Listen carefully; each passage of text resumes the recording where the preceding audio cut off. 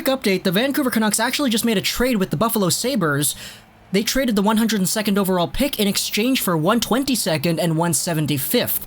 So they gave up a 164th pick in this Francis Perron trade, but they acquired the 175th. So essentially they just moved down a little tiny bit while also getting San Jose's pick at the end of the draft. So that's a quick update at the beginning of this video, just so you know what everything's going on.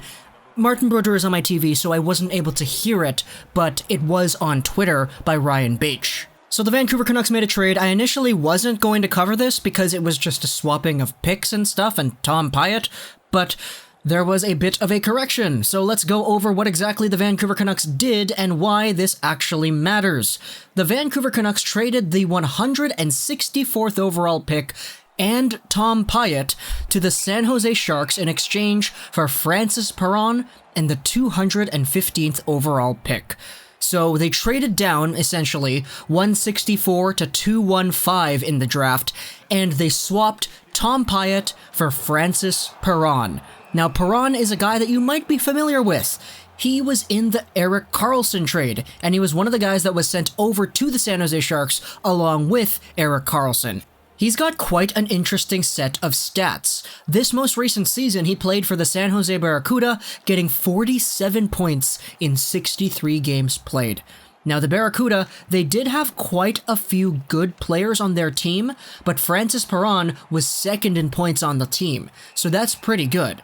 Perron is also 23 years old and is a left winger, so just taking a look at it, Perron does look like a player who could one day step into the NHL as a bottom six player, and overall, as a 23-year-old, he's got a lot of room to really develop in the Utica Comet system, so assuming that the Trent Call thing with Gadjevich, Lind, and Palmu doesn't carry over to this player, we have ourselves a good AHL guy who does have room to grow into a potential NHL player. Now, Perron was a player who was drafted in 2014, and he was taken in the 7th round. He spent 2 years after his draft season in the QMJHL, and in 2015-16, when he was 20, he was really, really good.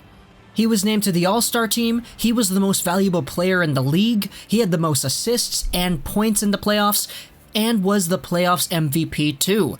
He also won the CHL Memorial Cup's Most Sportsmanlike Player Award. So, Francis Perron certainly is a player who does have a bit of an intriguing profile, and as somebody who can come over to Utica and potentially provide a good, solid scoring threat, I kind of like it. And sure, we moved down from 164 all the way down to 215, which is quite a bit of a drop-off, but we still do have picks at 102, 133, 156, so overall, we do have ourselves a case here for this being a pretty alright trade. We move down, and we take ourselves a player who does look like he could become something at the NHL level one day. And as for Tom Pyatt, well, he's kind of old. He's the brother of Taylor Pyatt. We know who Taylor Pyatt is. So overall, I don't think we're going to be missing Tom Pyatt all too much, especially since he's just been with Utica this whole time. So anyways, that's the trade. Francis Perron is a Vancouver Canuck, so overall, I think this is going to be quite interesting to see going forward into the next few years. He's succeeded everywhere he's played, and now he's been pretty good in the AHL, so we'll see what happens. Hope you enjoyed this video, especially our /99, and bye.